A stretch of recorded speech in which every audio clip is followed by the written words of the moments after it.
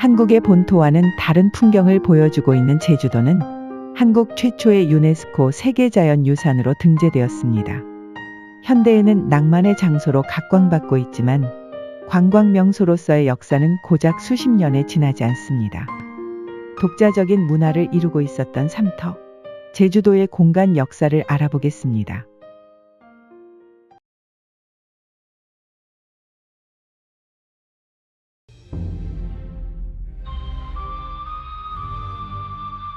(120만 년) 전부터 (70만 년) 전까지 화산활동으로 제주도가 형성되고 이후 (30만 년) 전 화산 분출로 한라산이 생겨나게 됩니다.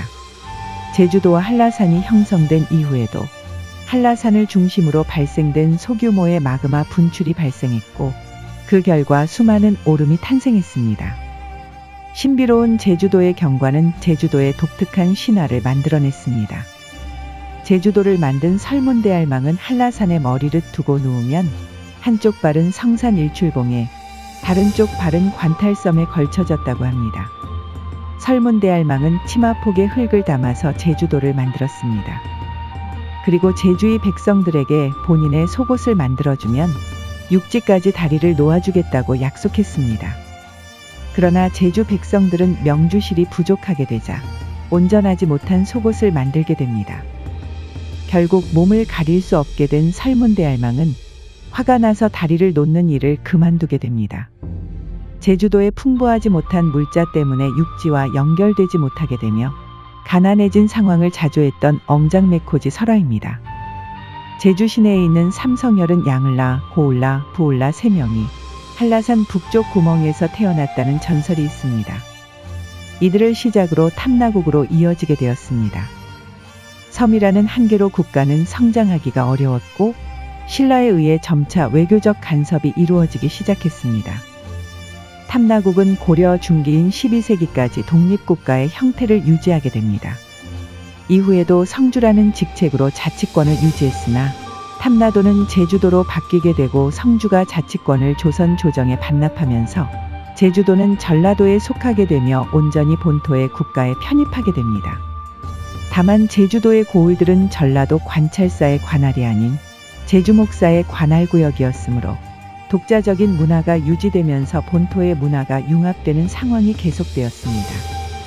숭유억불 정책을 펼쳤던 조선시대에 이르러 한국 신화는 사라지게 되었지만 제주도의 1만 8천 신의 이야기는 구전으로 남아있게 되었습니다.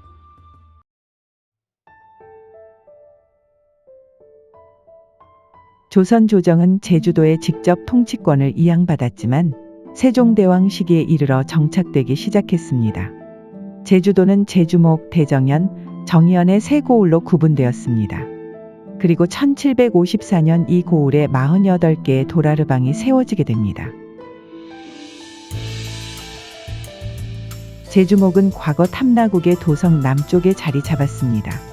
탐나국의 도성이었던 묵은성은 제주목과나 북쪽 지역에 있었던 것으로 추정되고 있으나 1170년 탐나국의 속국 지위를 박탈하고 읍성을 건설하기 위해 일부가 사용됩니다.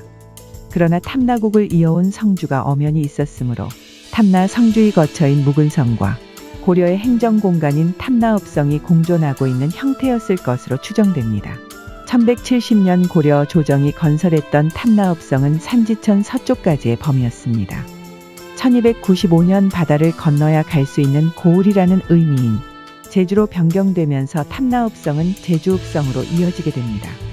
조선 중종 시기에 이르러 성내에 우물이 없다는 단점이 부각되자 현재의 동문시장 바깥 부근까지 성역을 확대하기로 하면서 제주읍성은 새로운 공간이 됩니다. 제주읍성은 제주도 전체를 통치하는 공간인 제주목 관하가 있습니다.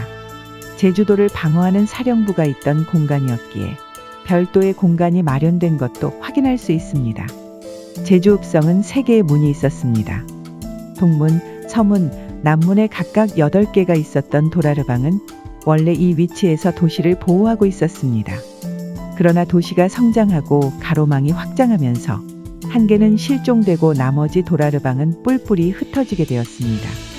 제주읍성의 성문은 서문내거리, 서문시장, 동문로터리와 동문시장, 남문내거리 등의 지명으로 남아 있습니다.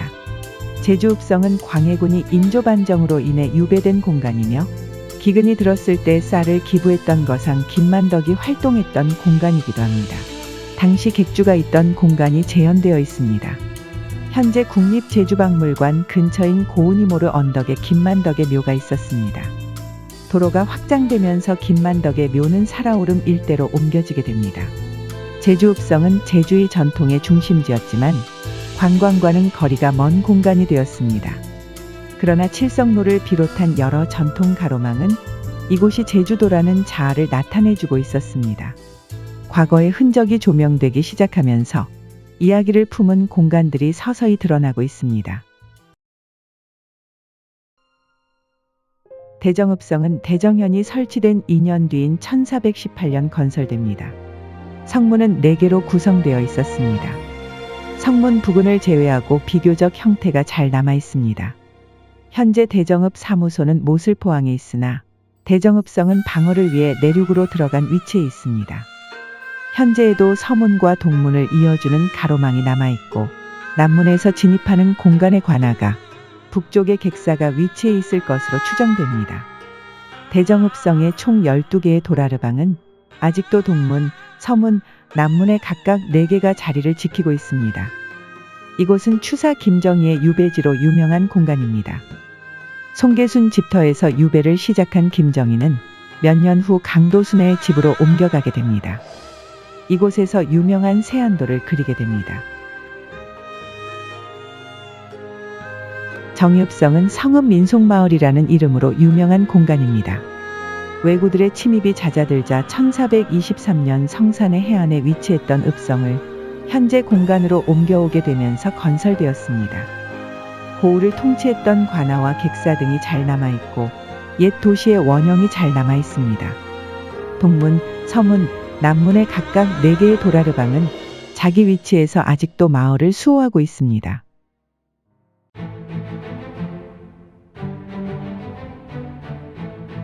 제주도는 본토와 멀리 떨어져 있어서 제주 목사가 직접 제주도의 방어를 담당해야 했습니다. 이에 따라 화북, 조천, 별방, 수산, 서귀포, 모슬, 차귀, 명월, 애월 등 9개의 진을 두게 되었습니다. 원래 삼별초가 몽골의 침략에 항전하기 위해 해안을 주변으로 쌓았던 성에서 시작되었습니다. 9개의 진은 타원형의 제주 해안을 따라 곳곳에 배치된 형태입니다. 이 중 서귀진은 현재 서귀포시의 도시구조가 된 시작점이었습니다. 한림읍 남쪽에 위치한 명월진은 가장 큰 진이었으며 별방진과 조천진 등은 제주 올레길 코스를 따라 마치 담장처럼 남아있고 수산진은 학교의 담장처럼 남아있습니다. 제주의 9개의 진은 세종 시기부터 임진왜란 이후까지 방어에 취약하다고 생각되는 지점부터 조성되기 시작했습니다.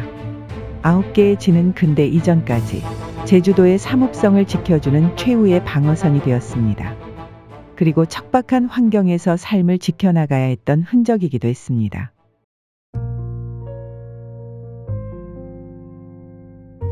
일본에 의한 제주도 요새화는 중일전쟁에 이어 태평양 전쟁으로 세계대전이 확산되며 시작되었습니다. 일본의 폐색이 짙어지고 연합군이 점차 일본 본토에 접근하기 시작하자 제주도는 최후의 방어선으로 활용되기 시작했습니다. 일본군은 결치로 작전을 수행하면서 제주도 서쪽의 병력을 집중하게 됩니다. 지금의 제주국제공항인 정뜨르 비행장과 모슬포에 있는 알뜨르 비행장을 방어하기 위한 동굴진지가 집중적으로 건설되었고 제주의 오름들을 중심으로 동굴기지가 건설되었습니다.